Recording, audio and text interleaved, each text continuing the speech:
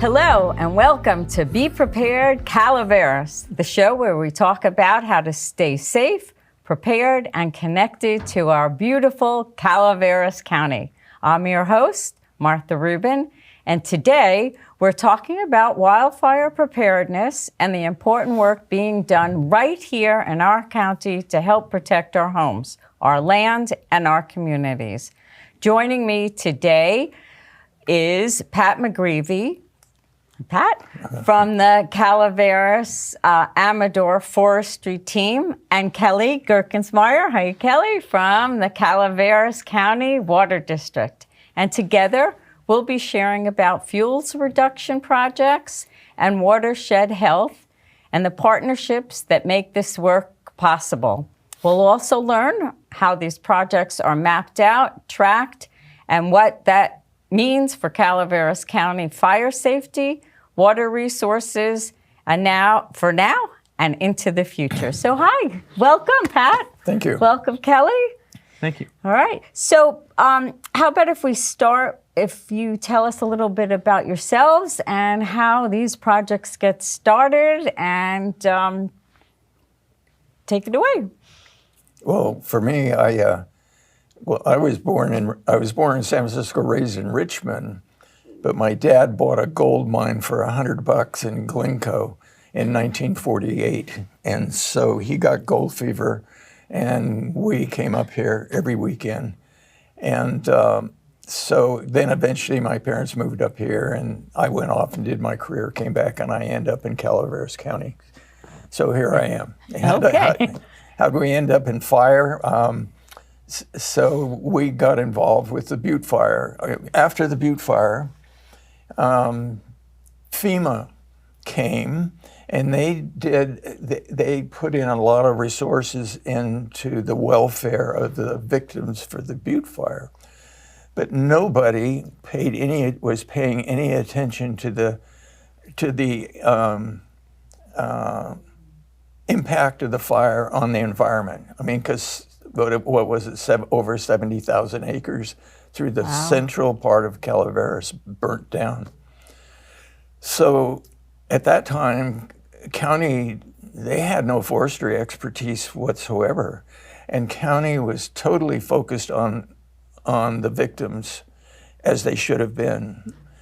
But FEMA had another arm which was interested in ecological restoration. And so we got involved, we being a small group of foresters and myself. And so we would meet with FEMA on a weekly basis and try to implement programs in forestry and fire restoration. Wow, so that's interesting. The Butte Fire was 10 years ago? It was in 2015, September this month. It was September 15th, I think it was. Wow. So, that's great. And Kelly, can you tell us a little bit about yourself and CCWD? Yeah, my name's Kelly Gerkensmeyer, born and raised in lovely Calaveras County. My journey at CCWD starts kind of at another fire. I think most of us have a memory of where we were on 9/11. And for me, I was on the hood of a truck, a bunch of guys circled around, and we found out what happened there in New York. And meanwhile, we were experiencing the Darby Fire here in Calaveras County. And I'd only been at CCWD for maybe 6 months and really got a crash course in how crucial the water supply is for the community and the impacts that a fire can have on the community and the water infrastructure itself. So I've been at CCWD for about 25 years, and I really love it. I really love what the water system does for the community, and just really, really proud to be here. So thank you. Okay, well, thank you so much. So I know you both are working on a project together, but I wanted to hear about what that project is, and are there any other projects that are going on in the county right now? Well, there's a lot of projects going on. Oh, great. That's good news. So this small group of foresters, we call ourselves the Calaveras Amador Forestry team because the Butte Fire burnt in both counties. And and we work in both counties, and our goal was to prevent any future catastrophic fire like Butte. That's our ultimate goal. Yeah. So we started off by asking the question, well, where are the fuel breaks in Calaveras County? And the bottom line is nobody really knew, and they certainly weren't on a map. So that was our first task, and is to map the fuel breaks in Calaveras County and see what the status was and find out where the assets are that we need to protect, et cetera. And we found ourselves going back and looking at fire history, and was it the Douds fire? And the Darby fire? The Darby fire in 2001 caught our attention right away, and that took us over to the Highway 4 corridor. So, long story short, we have fuel breaks now on the rim of the North Fork Stanislaus Canyon, all the way to Calaveras Big Trees.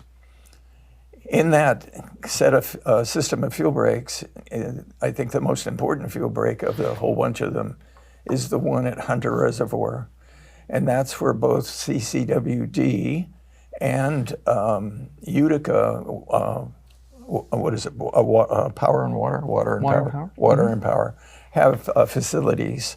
And when I learned that CCWD pumps water from the Hunter Reservoir facilities all the way up to Dorrington and that area, and that water that they pump up there feeds, I think it's over 1,000 fire hydrants. And so I went to that facility and I looked around, and it was just full of brush and fire fuel. And we decided that was really our top priority. So if you go there today, you're going to see a really successful fuel reduction project. Oh, yeah, that's important, because if that burns down, we're in trouble. Precisely. Yeah. Okay. So, Kelly, do you want to add a little bit to that and why it's so important for the watershed and the reservoirs that we maintain the watershed health?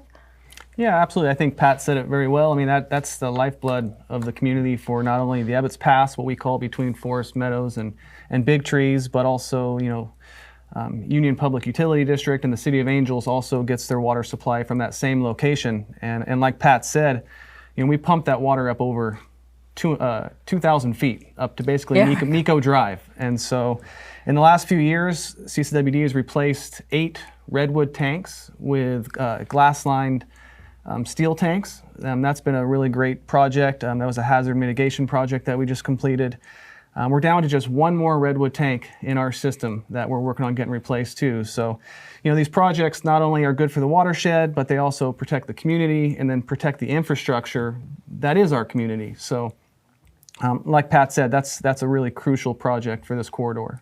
Yeah. So we were talking about, all of these projects. And so you were doing some mapping of where fuel breaks are. Is that what guides your projects now?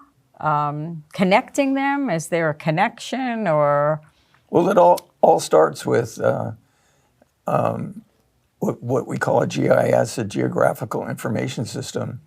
So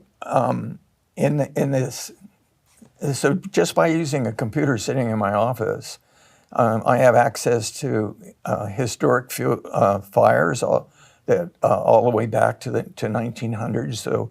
So we know where fires have burnt in Calaveras County and the surrounding counties. And then we have like the Microsoft structure database, and it shows every structure in the United States. And so I know where all the structures are in Calaveras County. Not all, but it's pretty accurate. And so now we know where the fire history is, and we know where our structures are those are the assets we want to protect. And then we look at topography and figure out where we could put a strategic fuel break in to protect those assets. and we look at topography and slope and all sorts of different variables before we start drawing polygons where the fuel break is going to go. And so that sets the basis for everything, and then after that we start the process of actually building the fuel break. And so, who are some of your partners in doing the work, and what kind of work is that? What goes into building a fuel break? It's really complicated. So you say partners. So our fires don't know anything about ownership. So we have to deal with all owners. So we deal with the utility districts like CPUD, CCWD, OSPI, a big landowner, Forest Service, BLM. So we have to have a good relationship with all the owners. And they have to trust us as others to come onto their property to do these kinds of things. And then we have to have a good relationship with the folks who fund the projects. And notably, the Sierra Nevada Conservancy is a state agency that we get a lot of grant funds from. On the Highway 4 corridor, I think over half of it was supported by money coming from the United States Forest Service. Okay. And then a lot of funding comes from CAL FIRE, of course. And so then we work with CAL FIRE and we work with CCWD and we put these programs together.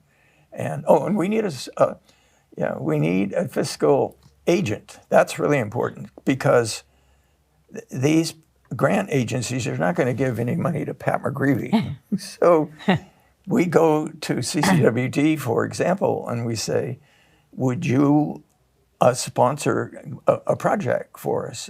And so they become the lead agency and the money goes to them and they pay the contractors and all that kind of stuff. So we don't deal with any money, they deal with that kind of stuff. Okay. So it gets pretty complicated. There's a lot of collaborators. Right. So we were driving by the project up at Douds now, the project there, and looking at some of what that area looks like now, and it's very thick and you can hardly see through any, trees, brush. And then we drove a little bit further and it's beautiful the way a forest is supposed to be, or a land is supposed to be too, because, we used to say, oh, it's so great, I can't even see my neighbor. But now we want to say, oh, it's so great, hey, I can see my neighbor over there. So the work that's going on there, can you tell us a little bit about that project? Well, Douds actually burnt in 2001, and that whole area burnt. So we went up there, Douds is part of the whole system of fuel breaks on the rim from Murphy's up to the park. And so we want all this to be continuous. So before we started Douds, we had fuel breaks at Hunter Reservoir and then Davies Ranch. We've been doing a lot of work in Davies Ranch. Then there was Douds and then there's McKay's. Oh, right. And so if we don't treat Douds, then we have a discontinuous fuel break system. So that's the principal reason that we went to Douds. But Douds, like you say, why I'm laughing is that the line of sight in certain areas in Douds is like 5 feet. And I have a picture of my colleague, Jan Bray, who's a forester, who's maybe 5 feet back into the brush, and you can't see her. You can see that there's a person there. And I just took another picture last week, and you can see her very clearly. Yeah. Well, we'll be showing some pictures as well, so our audience will know what we're talking about. Yeah. So anyway, Douds is a key part of the whole system. So we're interested in systems of not individual fuel breaks scattered all over Calaveras County. We're interested in continuous systems. Right. And so then you're doing the work now. What about maintenance for that? Is there a plan to maintain this? Because, we've noticed that as, healthy forest, you work on it, it's going to grow back because now it's got room. So what is the plan for that? I lose a lot of sleep every night over maintenance. So in Calaveras County, I don't know, I guess a good guess right now is we probably have put in about 8,000 or 9,000 acres of fuel breaks. Oh, wow. And so at build out, and when we get all the fuel breaks in that in our plan, we will have 15,000 acres of fuel breaks, mostly on the ridges up on the McCollum on the north side and on the Stanislaus on the south side. So we think that, we hope that we could get contractors to come in at $1,000 an acre when to take care of the regenerating brush. So the first question comes in, well, what's the maintenance cycle? When does it, after we treat it, how many years do we get that are maintenance free, that the fuel break still has its functionality? To our chagrin, it's between 5 and 10 years. Yeah. So that means if we say it's 10 years and we have 15,000 acres to do, if we did 1,000 acres every year, that means that we would treat everything in a 10-year interval. It's like the Golden Gate Bridge. It sort of goes round and round. You gotta keep it up like that. We think, and if we were to get a contractor to do it for $1,000 an acre, the county or somebody, it would cost $1,500,000 a year. A year to do that. But then you got to say, well, how long are you going to do this? Well, the answer is forever. Yeah, right. Mm-hmm. You have to do it because if you invest the money to do it once, see, that's one of the. It's not worthy of even doing because it'll grow back. That's where I am right now, and so I say, gee, maybe we're wasting the taxpayers' money by doing this if it's not going to be maintained, And so to maintain it, again, think about we cross all lands. And we have to get a money source. So suddenly it becomes really complicated. We got to deal with Forest Service, all these different people, because we're working on their lands. So maintenance is really a big issue. Yeah. So the lands that you're working on is not so much forestry land. It's also ranch land, private ownership land. And so you have a good break, though, around is what I'm thinking in my head, around the county on either side. So we should be fairly protected. If you take Arnold, I think Arnold is probably a model. It should be a model in the state of California. I mean, we have all these field breaks along the rim, and then that's on the south side of Arnold and Highway 4. On the north side, we have fuel breaks now that go from Hathaway Pines all the way up to Camp Connell. So there's fuel breaks all around Avery and on down to Forest Meadows, Avery, and Arnold.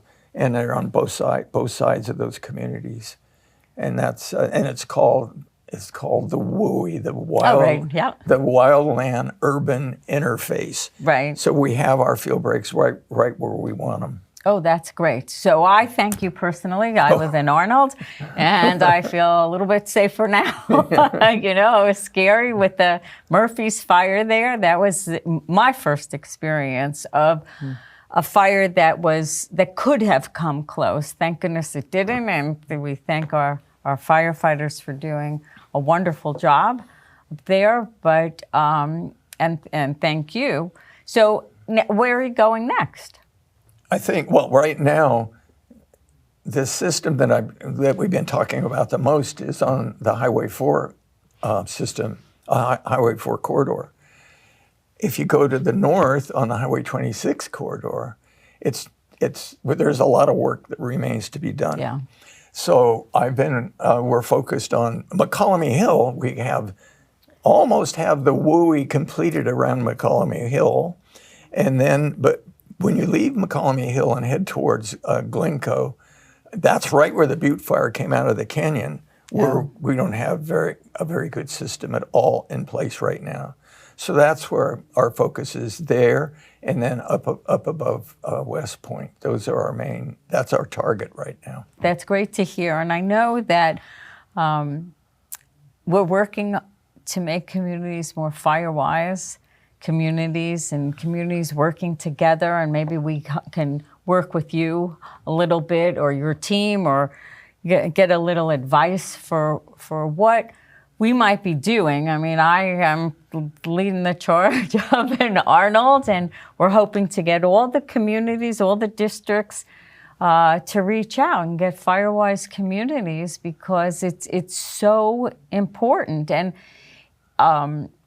as a resident and an individual, I know that there's some work that I can be doing, and not just rely on you guys to make everything safe. And I think if we all work together, it's helpful. So Kelly, you've been working with the watersheds and watershed health, and talking about that. What is the impact that wildfires have on the watershed, and then would that affect our water, drinking water? You're smiling. Do you want to answer that question? I'll see what he says. Okay. Well, certainly, a wildfire is going to have a detrimental effect on the water quality. The ecosystem does a good job of filtering out the water, and again, after a large-scale wildfire, you're going to have, turbidity in the water and sediment in our reservoirs and sediment in the rivers, and again, that's our water source. And then you have just the natural, the firefighting efforts puts a tremendous strain on the water system itself. And so, again, keeping the infrastructure protected, keeping that water flowing, keeping that water to the firefighting personnel, through the fire hydrants and whatnot is crucial. So any time a wildfire is going to encroach on our community, it does put a tremendous strain on the water systems. Want to add something or ask a question? Well, when you look at fire at Forest Health, and you got to just think back in 2015 or that era about the beetle kill, and we lost millions of trees. And so the way it works is we go into a drought, the trees get stressed because they don't have enough water, and then they're infected with beetles, and the beetles get the upper hand and kill the trees. Yeah. So by us going in and doing our field breaks, and we reduce all that ladder fuels and the brush, we're taking away plants or brush that's using a lot of water. So we're making available more water for the trees that we leave behind, and we thin the trees out, right, so that a big ponderosa pine will consume 75 gallons of water a day or something like that. That's a lot. So as we take and thin out the forest, it becomes the trees in the forest. We restore the health of the trees in the forest. I think, and I think that translates also into the amount of water available to our utilities, because if we can keep more water in the soil and the groundwater, that keeps our creeks running further into the dry season, which feeds their water system. Yeah, that's great. Okay, so we have a few minutes left. Is there a topic that we have not touched upon that you would like to let our listeners know about? or something that we could be doing as residents? I think as residents, the way I look at fire prevention is a three-legged stool, and the first leg is the actual owner and the household owner, and the second leg is the suppression teams, our local fire districts, and CAL FIRE, and then the third leg are people like myself who put in landscape field breaks.